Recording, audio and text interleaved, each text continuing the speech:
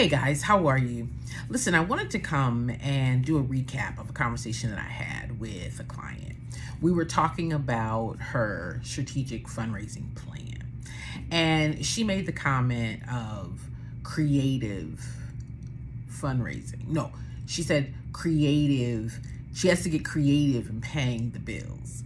And so it led to a conversation around her urgency, her need, her pressing need for funding. And so she was reaching out to me and she was like, Jen, I need creative ways to raise money because I'm having to get creative in paying the bills. And I thought, what does that mean exactly? Right? And so I wanted to bring the conversation here to you because I think it's important, I think it's relevant, and I think it is pressing that we have a conversation and an understanding about how your business, your organization, your systems, the practices, and the style, the culture by which you run your organization. If you are wanting to impress upon, if you're wanting to impress, educate, or inspire your donors and funders, they need to have a sense of security that you are running a business that is well functioned, that the money is well managed, and that their return on investment, their investment in your impact is in place. Now, I understand that people want to do great work. They want to help. They want to improve lives. They really care about their communities, right? They really want to make a difference, to make a dent. They want to leave a lasting legacy that they've got their fingerprints on. And so you go out and you create this nonprofit, right? And you're thinking, oh my gosh, I'm here just to do good work. But the truth is this: you have investors, you have people who are attached to your organization through their revenue, through their resources, through their money, through their cash. Can we just say it like that, right? These are your donors. These are your supporters. These are your volunteers. These are your board members. These are people who believe in the mission and want to see it accomplished. It is your job, J-O-B. It is your job. It is your responsibility. It is your onus. It should be your priority. Okay, to put together systems, understanding, best practices, knowledge around how to use the investments in your organization to grow it. Okay, program is one thing. Program are the activities, right? That's the mentoring, that's the feeding, that's the housing, that's the supporting, that's the coaching, whatever. Those are activities. But your donors and your funders want to know, what are they investing in? That is the impact. That is the change. That is the improvement. That's the result of. That is what's gotten better because of your organization's activities. They are not just giving you money because they ain't got nothing else to do with their money. No, they are investing in your success so that you can continue to deliver the impactful programs that are going to change lives. But you've got to be responsible. Now, the truth is also this: activities is nothing but a big old expense. You've got materials, you've got supplies, you've got people, you've got facilities, right?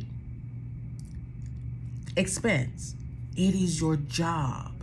It is your responsibility to think about the revenue, that as you are raising money, pouring 100% into the program. Now, on the surface, of course, that's a great thing. However, you've got to invest in the revenue, right? You've got to utilize the multiple streams of revenue. You've got grants. Who's going to write your grants? Who is it that is taking the numbers, the measurements, the evaluation of your program so that you can show your grant funder, right, that the money that they are considering investing into your organization, that you're going to steward that, right? That you understand your goals, you're clear about your objectives, you know what you're working towards, and that you've got an evaluation and plan. I know. There's a whole lot of, oh my gosh, Jen, that's a lot of work, and who's going to do that? We just want to do good work. But what about the people, the organizations, the businesses? They're not just throwing their money away. And I always say this is not about money, but there needs to be a focus on an understanding of where do the resources come to ensure that this business continues, right? And we should not start a nonprofit just to hide money or to become a shelter. That's not what I'm talking about. I'm talking about organizations that are really making a difference. I'm talking about those organizations that when there is a crisis, when there is an issue, when there is a need in your community, the businesses cannot respond. The government cannot respond. It is the nonprofits. It is the organization. It is the community-based organizations that step forward. It's the community-based organizations that people turn to for food, for shelter, for assistance, for guidance, for direction, for resources, right? That is why, as the leader, as the person who has not only created or developed a vision for program, you also must have a vision for sustainability. It's a vision. That means you've got to be the leader. You've got to be the face. You've got to be the initiator in many places and spaces to develop relationship, right? Develop real relationship. And real relationship, there's reciprocity. It's not one-sided. It is not, hello, we have our hand out. We need money. We need you to buy this. We need you to come to our event. And we just take your cash and we don't respond with what did you invest in? Let me show you how your support, how your contributions, how your donations, what it has been able to produce. You're able to share with them that we're in this together. It is a relationship that you are connected to your community, to your donors, to your businesses, to the local supporters. It is not one-sided. And it is not you standing on one side talking about, I need a check, I need money, Jen. No, I don't have a budget. No, I'm not evaluating my program. No, I don't have a board. No, I don't have anyone that is focused on revenue. No, I don't have a website. No, Jen, I don't know how to do that. No, Jen, I've spent all the money out of my own pocket and now I need to go and get a grant so that I can spend money out of somebody else's pocket, but I still don't know how to raise any money. So once their money is gone, I'm going to need someone else to do without the internal responsibility of what? Articulating your impact, sharing and showing why what you're doing is important. We're not chasing wallets. Listen, I have to talk about the money to get people's attention, but it's not about the money. It's about the impact. Does it take money to achieve the impact? Yes, it does. But where does the money come from? The money comes from people who are not in your program, right? The money comes from your donors, your supporters, your businesses, those that can give in kind, those who are volunteering, those that attend your events. These are people who are not in your program. So what would motivate, what would guide, what would inspire them to give? They believe in the impact. They believe in the work that they are investing in is going to be able to continue. So the least you can do is give them that back. Let them know that you are evaluating. Now listen, if you don't know how to do that, if you don't know how to fundraise, if you don't know how to build relationships, because that's all fundraising is building relationship with people who believe in what you do, who want to be a part of what you do, and who are investing because they want to see what you do continue. That's what fundraising is. Connecting, right? Making introduction. Now, if you're the person that says, well, Jen, I don't like being the face of the person. I don't like being on social media. I don't like telling people what we do. I don't like sharing how what we do works. I don't like doing all those things. Well, then where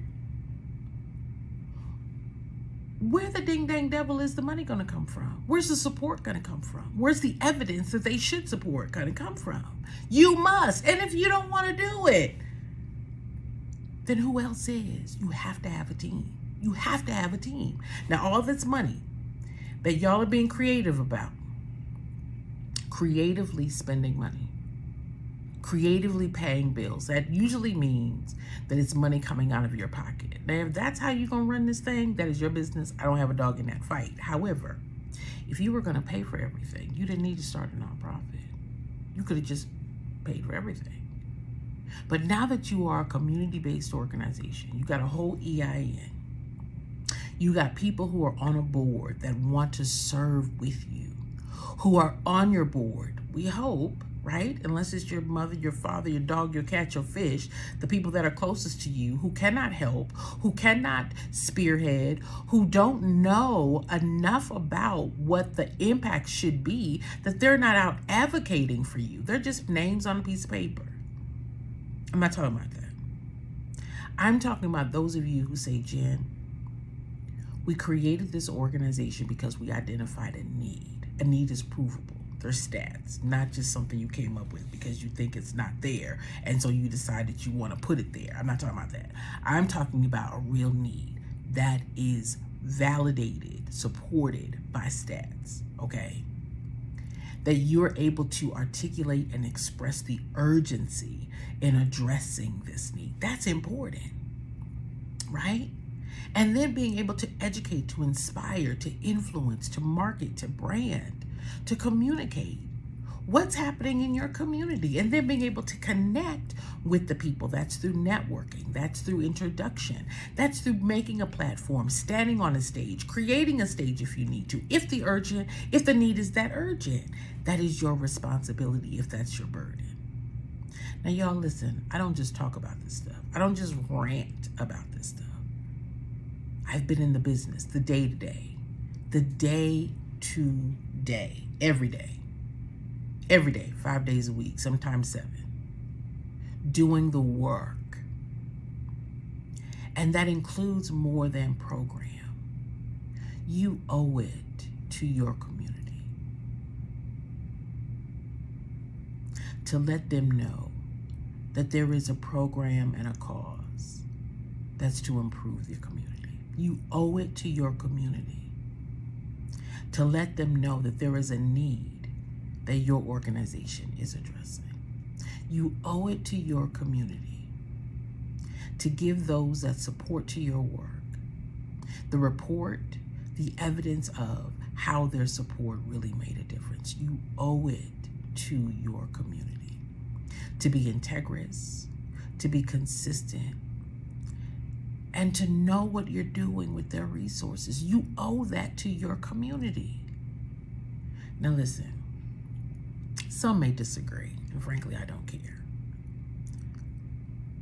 Some may say, Jen, you're too hard-nosed and straight-lined. Again, I don't care.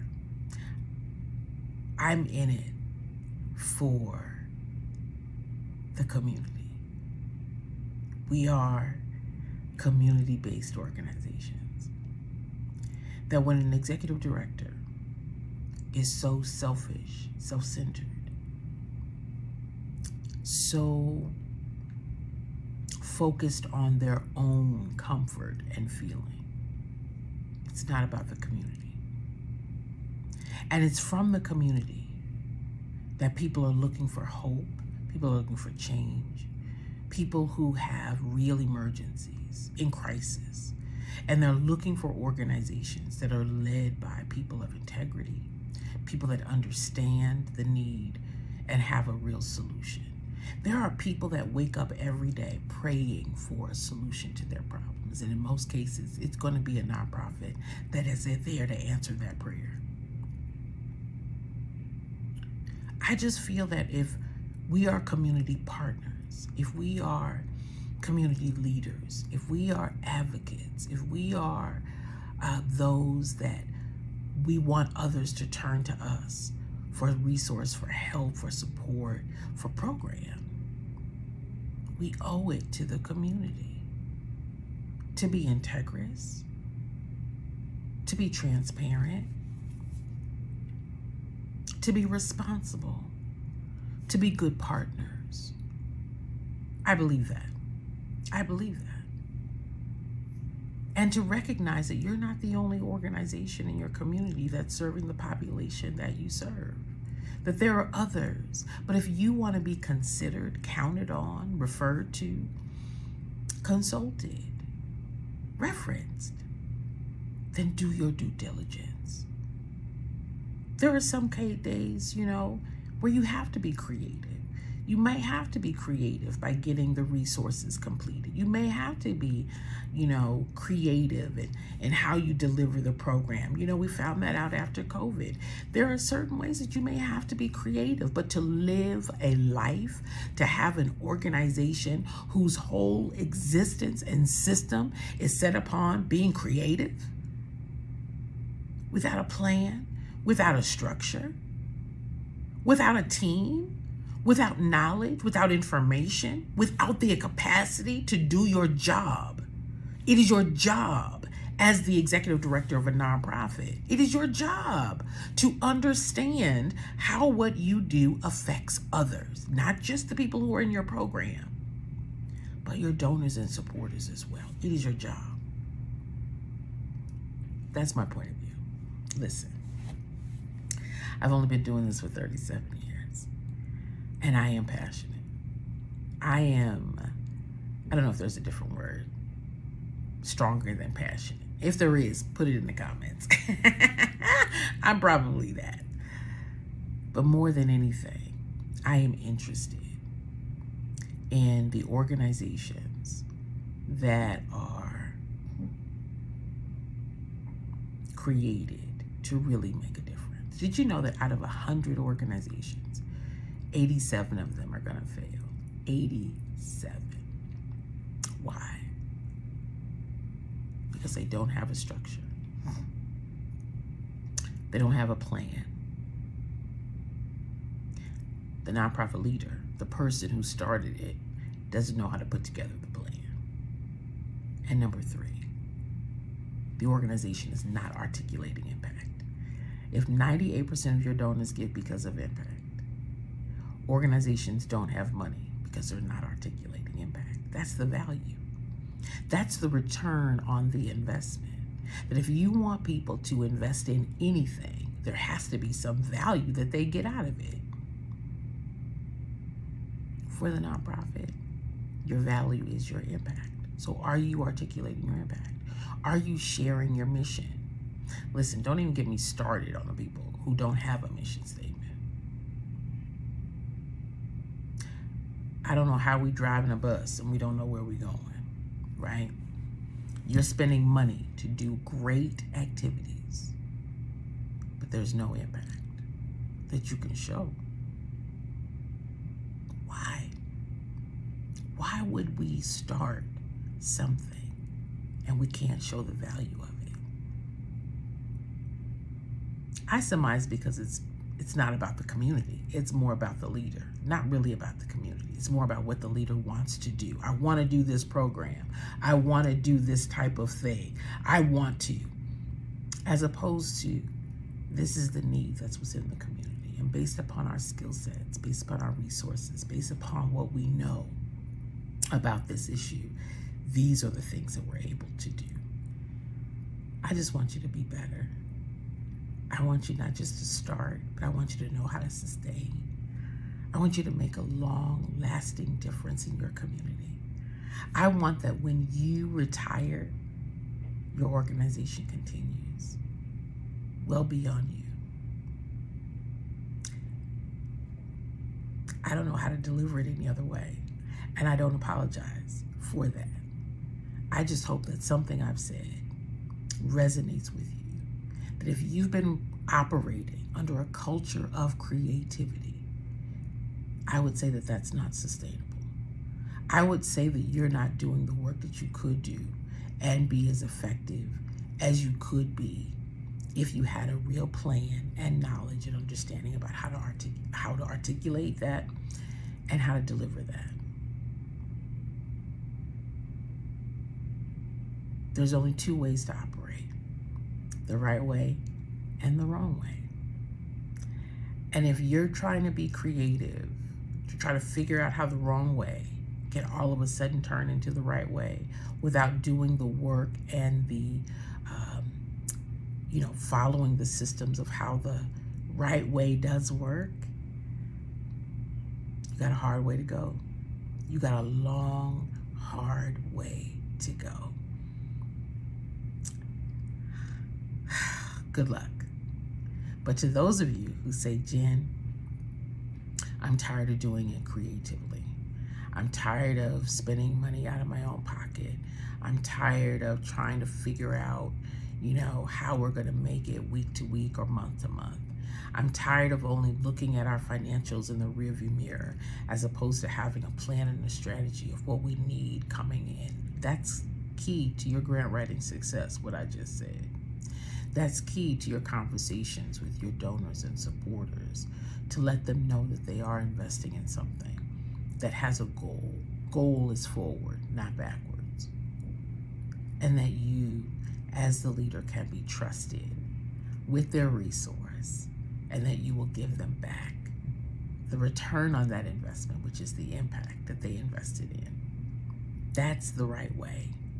That's the way to garner trust and confidence of donors who will not just give to you one time, but will give to you more than one time. Those become your monthly donors and your regular donors, right? They've received something back to say, my initial investment was a good one, and they then are inspired and motivated to give again. That's the right way. Being a good partner, being transparent, being diligent, being intentional, being consistent. In relationship, it's not one-sided. It's not even about the money. But the more people who know what you do, who believe in what you do, can become advocates for what you do. They become excited and inspired by what you do. They want to talk about it. They want to see it up close. They want to share it with others. They want to ensure that what they are excited about continues. And they usually show that through support financially for the nonprofit.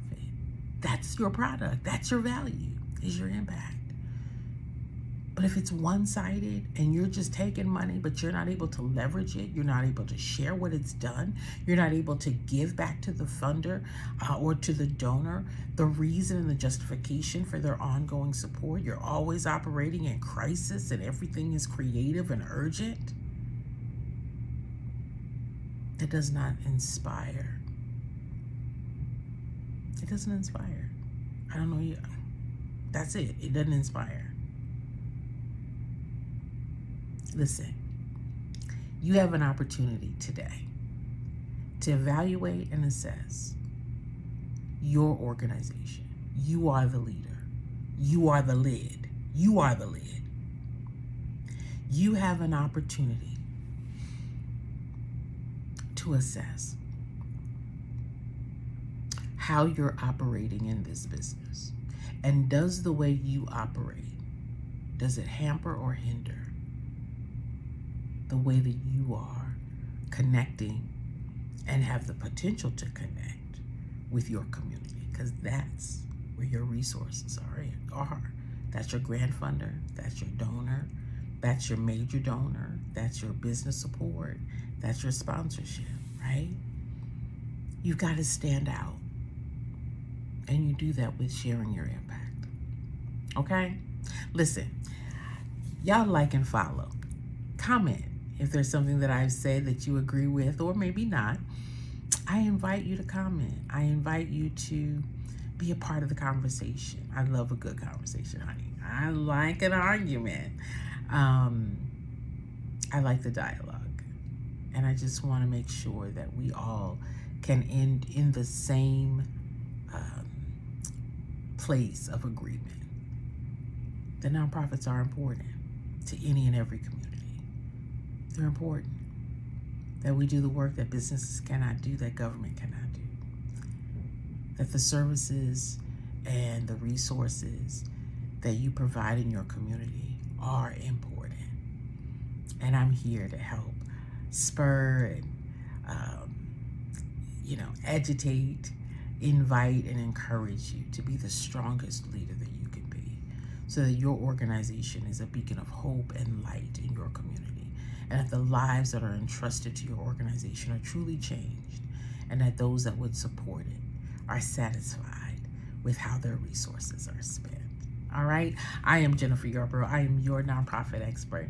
Over 37 years of doing this work, and I'm not tired yet. If you would like to follow me, please do so. If you would like to comment, I would appreciate that. And if you would like to share this, please do so that others can hear this information. You can check out my website, www.jdyarbrough.com. That's J as in Jennifer, D as in David, Yarbrough.com. If you'd like to get on my calendar, I'd love to have a conversation with you to see how my company can help you with your organization's efforts and strategic plans. You can go to www.timewithjen.com. That's TIMEWITHJEN.com. You all have a great rest of your day, and I'll talk to you next time.